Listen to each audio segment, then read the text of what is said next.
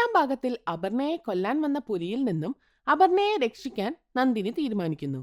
ഇങ്ങനെ പുലിയെ അവൾ ഗ്രാമത്തിന് പുറത്തുള്ള ഒരു കിണറിനടുത്തേക്ക് കൊണ്ടുപോകുന്നു. ആ കിണറ്റിൽ തന്റെ മുഖം കണ്ട പുലി പേടിച്ച് ആ ഗ്രാമത്തിൽ നിന്നും ഓടിപ്പോകുന്നു.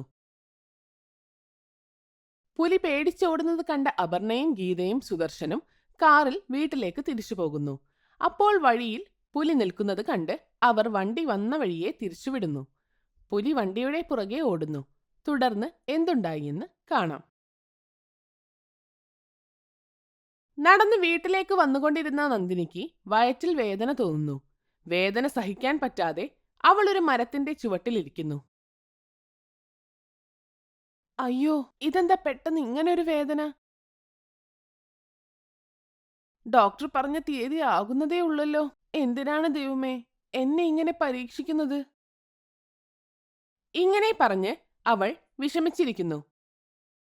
സുദർശൻ കാർ വളരെ വേഗത്തിൽ ഓടിച്ചു പോവുകയാണ്. പുലി ഉച്ചത്തിൽ ഗർജിച്ചുകൊണ്ട് കാറിനു പുറകെ ഓടുന്നു.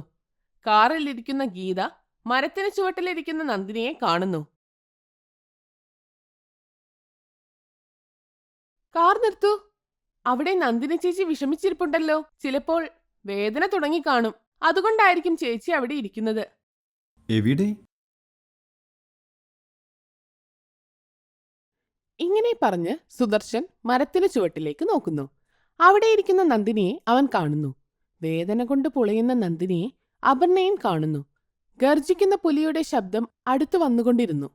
കാർ നന്ദിനിയെ കടന്നു പോയതുകൊണ്ട് സുദർശൻ കാർ തിരിക്കുന്നു. പുറകിൽ നമ്മളെ പിടിക്കാൻ വരുന്ന പുലിയുണ്ട്. എന്തിനാ ഇപ്പം അതിന്റെ വായിലോട്ട് വണ്ടി ഓടിച്ചു പോകുന്നത്? നിങ്ങൾക്കൊട്ടും വിവരമില്ലേ? ഇത് കേട്ട് ഗീതയ്ക്ക് ദേഷ്യം വരുന്നു. വിവരമുണ്ട്, അതുകൊണ്ടാണ് നന്ദിനിയെ രക്ഷിക്കാൻ പോകുന്നത്. ആ പുലി വന്ന് നമ്മളെ കൊല്ലും. അതുകൊണ്ടാണ് ഗീത ഞാൻ അങ്ങനെ പറഞ്ഞത്. നന്ദിനി അവളുടെ ജീവൻ പോലും നോക്കാതെ നിങ്ങളെ രക്ഷിക്കാൻ വന്നു. അവൾ ഇപ്പോൾ അവിടെ വേദന കാരണം നടക്കാൻ പറ്റാതെ ഇരിക്കുവാണെന്ന് അറിഞ്ഞിട്ടും അവളെ രക്ഷിക്കേണ്ട എന്നാണോ പറയുന്നത്? സുദർശൻ നന്ദിനിയുടെ അടുത്തേക്ക് കാർ ഓടിച്ചു പോവുകയാണ്. അപ്പോൾ റോഡിനു നടുവിൽ പുലി നിൽക്കുന്നത് അവർ കാണുന്നു. ഇത് കണ്ട് പേടിച്ച സുദർശൻ സഡൻ ബ്രേക്ക് ഇട്ട് വണ്ടി നിർത്തുന്നു. മുന്നിൽ നിൽക്കുന്ന പുലിയെ കണ്ട് എല്ലാവരും പേടിച്ചു പോകുന്നു. പുലി ആ കാറിനടുത്തേക്ക് നടന്നടുക്കുന്നു. സുദർശൻ കാർ സ്റ്റാർട്ട് ചെയ്യാൻ നോക്കുന്നു. പക്ഷേ കാർ സ്റ്റാർട്ട് ആകുന്നില്ല. അവൻ ശ്രമിച്ചുകൊണ്ടേയിരുന്നു. അപർണ സുദർശനോട് ദേഷ്യപ്പെടുന്നു. എടാ, നീ എന്ത് കാണിക്കുവാ? കാർ സ്റ്റാർട്ട് ചെയ്യേ. ആ പുലി നമ്മുടെ അടുത്തെത്തുന്നതിന് മുമ്പ് നീ കാർ സ്റ്റാർട്ട് ചെയ്തില്ലെങ്കിൽ നിന്നെ ഞാൻ കൊല്ലും. എന്താ ഒരു ഡയറക്ടറിനോട് ഇങ്ങനെ ദേഷ്യപ്പെടുന്നു? എനിക്ക് എന്തെങ്കിലും പറ്റിയാൽ നിങ്ങളുടെ മകൾക്ക് സിനിമയിൽ ചാൻസ് കിട്ടില്ലെന്നറിയാമല്ലോ. ചൂല് പോലെ ഇരിക്കുന്ന നീയാണോ ഡയറക്ടർ? കാറ് പോലും സ്റ്റാർട്ട് ചെയ്യാൻ അറിയാത്ത നീ സിനിമ ഡയറക്റ്റ് ചെയ്യുമോ? നീ നിന്റെ മുഖം കണ്ണാടിയിൽ കണ്ടിട്ടുണ്ടോ? അപർണ അവന്റെ തലക്കിട്ട് കൊട്ടിക്കൊണ്ട് വഴക്കു പറഞ്ഞുകൊണ്ടിരിക്കുന്നു. ഗീത, നിന്റെ അമ്മയോട് ഇങ്ങനെ അടിക്കരുതെന്ന് പറ. ഇങ്ങനെ പോയാൽ ഞാൻ നിന്നെ ഹീറോയിൻ ആക്കില്ല. നീ പോയി ആ പുലിയോട് പറ നീ ഫിലിം ഡയറക്ടർ ആണെന്ന്. നോക്കാം അത് കേട്ടിട്ട് പുലി നിന്നെ വെറുതെ വിടുമോ എന്ന്. പുലി കാറിനടുത്ത് എത്താറായി. അവിടെ മരത്തിന്റെ ചുവട്ടിലിരുന്ന നന്ദിനി വേദന സഹിക്കാൻ പറ്റാതെ വിഷമിക്കുന്നു. സുദർശൻ ഒരുവിധം കാർ സ്റ്റാർട്ട് ചെയ്യുന്നു. എല്ലാവർക്കും അപ്പോഴാണ് ശ്വാസം നേരെ വീണത്. കാർ സ്റ്റാർട്ടായതും ഒന്നും നോക്കാതെ അവൻ മുൻപോട്ട് കാർ ഓടിച്ചു പോകുന്നു. വേദന കൊണ്ട് വിഷമിക്കുന്ന നന്ദിനിയുടെ അടുത്തേക്ക് പുലി പതിയെ നടന്നെത്തുന്നു. എന്നിട്ട് അവളെ തന്നെ നോക്കി നിൽക്കുന്നു.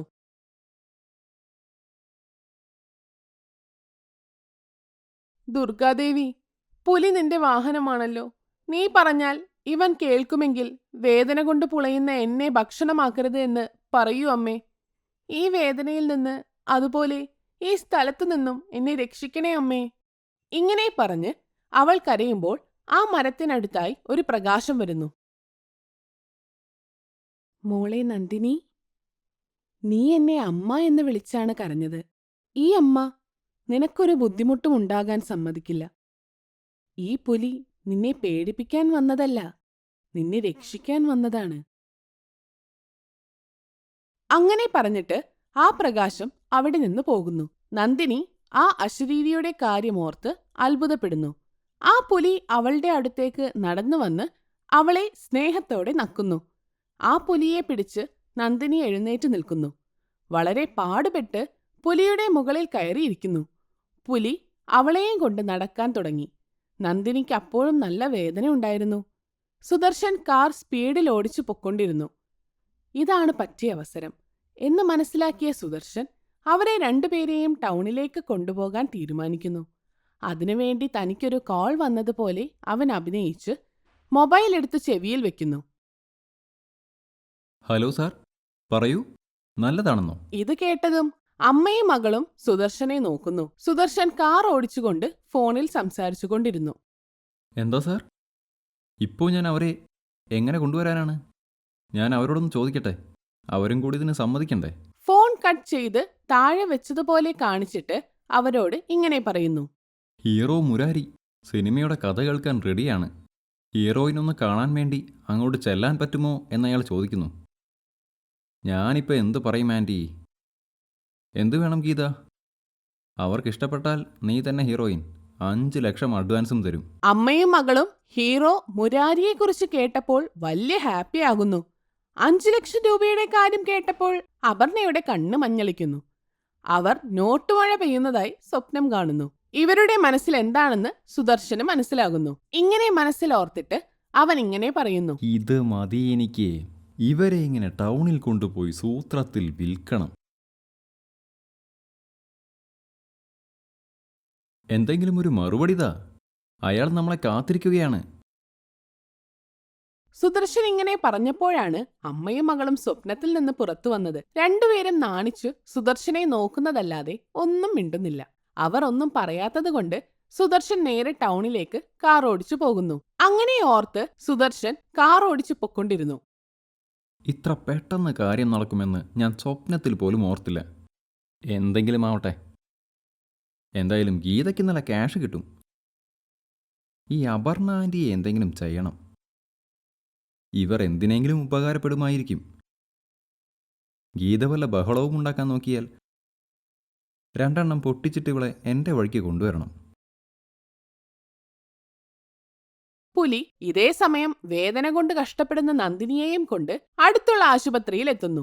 അവിടെ ഡോക്ടറും നഴ്സും ഇവരെ കണ്ട് പേടിച്ചു പോകുന്നു. നിങ്ങൾ രണ്ടുപേരും പേടിക്കേണ്ട, ഞാൻ ഉപദ്രവിക്കില്ല. ദയവായി നിങ്ങൾ എൻ്റെ മോളെ രക്ഷിക്കൂ. വേദന കാരണം കഷ്ടപ്പെടുകയാണവൾ. എൻ്റെ മോളെ രക്ഷിക്കൂ. ഇങ്ങനെ പുലി ഡോക്ടറിനോടും നഴ്സിനോട് യാചിക്കുന്നത് കൊണ്ട് അവർ നന്ദിനിയെയും കൊണ്ട് ഓപ്പറേഷൻ തിയേറ്ററിലേക്ക് പോകുന്നു. ഓപ്പറേഷൻ തിയേറ്ററിന്റെ മുന്നിൽ ചുവന്ന ലൈറ്റ് കത്തുന്നു. പുലി അവിടെ തന്നെ നിൽക്കുന്നു. അഞ്ജയ തന്റെ ജോലിയെല്ലാം കഴിഞ്ഞ് വീട്ടിലേക്ക് പോകാൻ തയ്യാറെടുക്കുന്നു. എല്ലാ സാരിയും വിറ്റു തീർന്നല്ലോ. കിട്ടിയതിൽ 5000 രൂപ മാറ്റി വെക്കണം. അപർണ നന്ദിനിക്ക് ഒന്നും കൊടുക്കാൻ സമ്മതിക്കില്ല. നാളെ കാശിന് ആവശ്യം വന്നാൽ എൻ്റെ മകൾക്ക് എന്തെങ്കിലും വേണ്ടേ?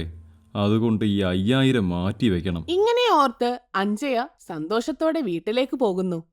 പാവമായ അയാൾക്കറിയില്ലായിരുന്നു തന്റെ 2ാം ഭാര്യ അപർണ അവളുടെ സ്വാർത്ഥതയ്ക്ക് വേണ്ടി ഗർഭിണിയായ വളർത്തുമകളെ കൊല്ലാൻ നോക്കിയെന്നും ഈ കാരണത്താൽ ഇപ്പോൾ എല്ലാവരും എവിടെയാണെന്ന് പോലും അറിയാത്ത തരത്തിൽ അവരുടെ കുടുംബം ഛിന്നഭിന്നമായെന്നുമൊക്കെ. അറിഞ്ഞാലും അഞ്ജയ്ക്കൊന്നും ചെയ്യാനാകുമായിരുന്നില്ല. ഈ സമയം സുദർശൻ ടൗണിലുള്ള ഒരു വലിയ വീടിന്റെ മുന്നിൽ കാർ നിർത്തുന്നു. ആ 3 പേരും കാറിൽ നിന്നും ഇറങ്ങി വീട്ടിലേക്ക് നടക്കുന്നു. ആ വീടിന്റെ വലുപ്പം കണ്ട് അപർണയും ഗീതയും അത്ഭുതപ്പെട്ടു പോകുന്നു. അതൊരു വലിയ വീടായിരുന്നു. എല്ലാ മുറിയിലും AC ഉള്ള വീട്. സുദർശൻ, ഇത് ആരുടെ വീടാണ്? ആ, പറയാൻ വിട്ടുപോയി ആൻറ്റി. ഗീത, ഇതെൻ്റെ വീടാണ്. ഇനി ഇത് നമ്മുടേതാണ്. നമ്മൾ 3 പേരും ഒരുമിച്ചാണ് കഴിയാൻ പോകുന്നത്. നിങ്ങൾ 2 പേരും കുളിച്ചിട്ട് വരൂ. നിങ്ങൾക്കുള്ള ഡ്രസ്സ് ആ റൂമിലുണ്ട്. എന്നാൽ കുളിച്ചിട്ട് വരൂ. അപ്പോഴേക്കും ഞാൻ ചായ ഉണ്ടാക്കാം. ഇങ്ങനെ പറഞ്ഞ് സുദർശൻ അടുക്കളയിലേക്ക് പോകുന്നു. അപർണയും ഗീതയും സുദർശൻ കാണിച്ചു കൊടുത്ത റൂമിലേക്ക് പോകുന്നു. ആ റൂം നിറയെ ലേഡീസിന്റെ ഡ്രസ്, സാരി, മേക്കപ്പിന് വേണ്ടവ, ചെരുപ്പുകൾ എന്നിങ്ങനെ കുറേ സാധനങ്ങൾ ഉണ്ടായിരുന്നു. ഗീത, നീയും വലിയ നടിയാകുമ്പോൾ ഇതുപോലൊരു വീട് വാങ്ങണം. അടുക്കളയിലെത്തിയ സുദർശൻ പാൽ തിളപ്പിക്കാൻ വെക്കുന്നു. പാൽ തിളച്ചു കഴിഞ്ഞപ്പോൾ അത് ഗ്ലാസ്സിലേക്ക് ഒഴിക്കുന്നു. അതിനുശേഷം അതിലേക്ക് ഉറക്ക ഗുളിക ഇടുന്നു. ഇതേ സമയം അഞ്ജയ വീട്ടിലെത്തുന്നു. ആശുപത്രിയിൽ നന്ദിനി വേദനയെടുത്ത് പുളയുകയാണ്. പുലി അവളെ കാത്ത് പുറത്തു തന്നെ നിൽക്കുന്നു.